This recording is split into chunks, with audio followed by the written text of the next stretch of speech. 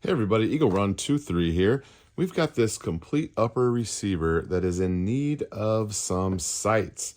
Now we did a couple of videos of installing the Magpul backup sights, but these are a set of sights from AT3 Tactical. Let's get them out of the box here and take a look. We have some flip up iron sights here from AT3 Tactical, and these are kind of cool. So normally these are a polymer item, and these happen to be made out of aluminum or steel. I'm not for sure. Surely they're aluminum. We've got the front sight here. Looks like you just push in the button and tilt it up. Now these are not spring-loaded. The Magpuls, when you push the button, they pop up. Installation on these is actually no big deal.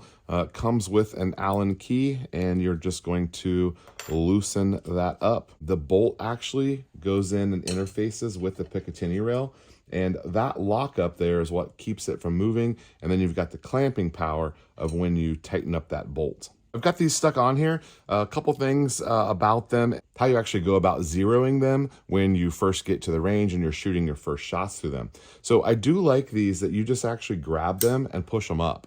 There's not a button to press. They're loose coming up, and then they lock in, and then they only go down whenever you press the button. They'll fold down, which is kind of cool because makes them pretty easy to flip up.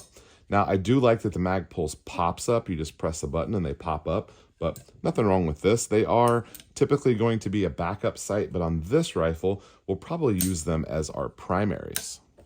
So this one adjusts only up and down. You're only going to get your elevation out of the front sight, and you're going to want to set it up to where the top of that post is right on the top of your target. So you're going to basically, they say, dot the eye.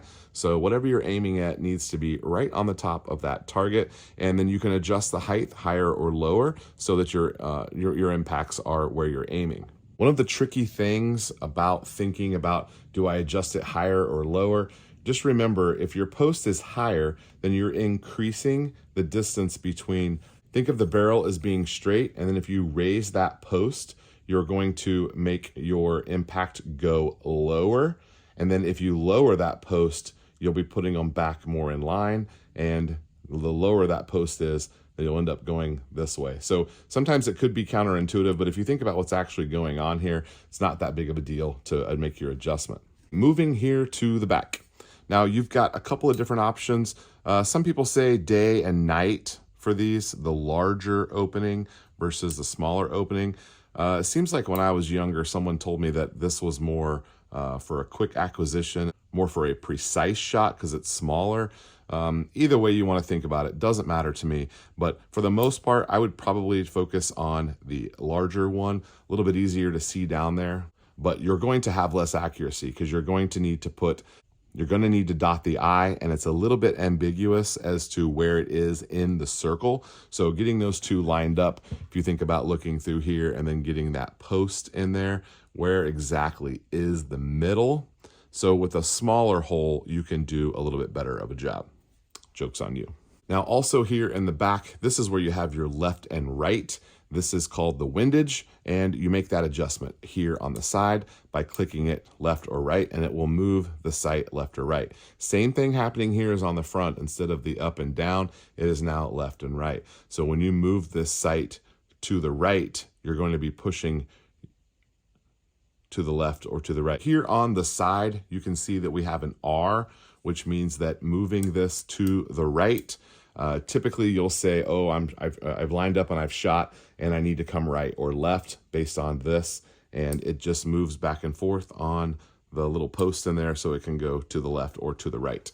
First thing I do when I'm sighting in a new rifle is I'm gonna get set up at the range, and I'm going to pull my bolt out of the back, and I prop up my gun on some bags, and I'm gonna look down here and out the front of the barrel, and I'm gonna make sure that my target is on. I would probably start at 50 or 25 yards.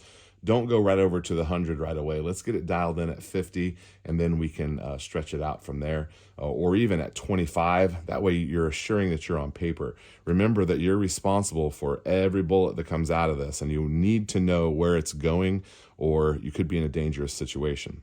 So if I've got this lined up and I can see my target through, if I can see my target through where the bolt is, looking out the barrel, my target is in sight, then I'm just going to lift my head up and I can make an adjustment if I need to on my front post. Most likely, windage isn't going to come into play here. Most likely, it's going to be your front post adjustment, and you're going to need to go higher or lower accordingly so that you're looking through here, the same thing that you're seeing when you're looking down the bore.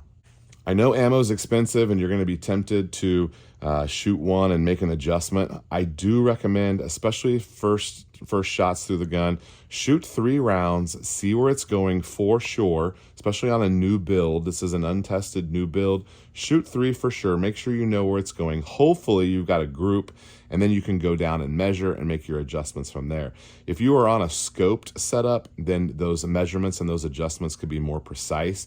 But here on this, we're just talking about pushing our sight post up or down and making our windage adjustment here left and right. After you make a couple of changes, try your best to make as few changes as possible and not chase anything around. If you're worried about it or you don't think it's right, shoot a 3-shot group every time just to make sure. 3-shot group of 5.56. 1, you're testing the gun out. You need to shoot those shots anyway. And 2, if you're making good use of your time and being efficient, you can also be sighting in while you're testing. So sighting in your rifle is not scary. It's not hard. Take your time, be diligent, go through your checklist, confirm everything with 3-shot groups. Make sure you're using the same ammo each time, and you'll be dialed in before you know it. All right, Eagle 1, 2, 3. Thanks for watching. We'll see you next time.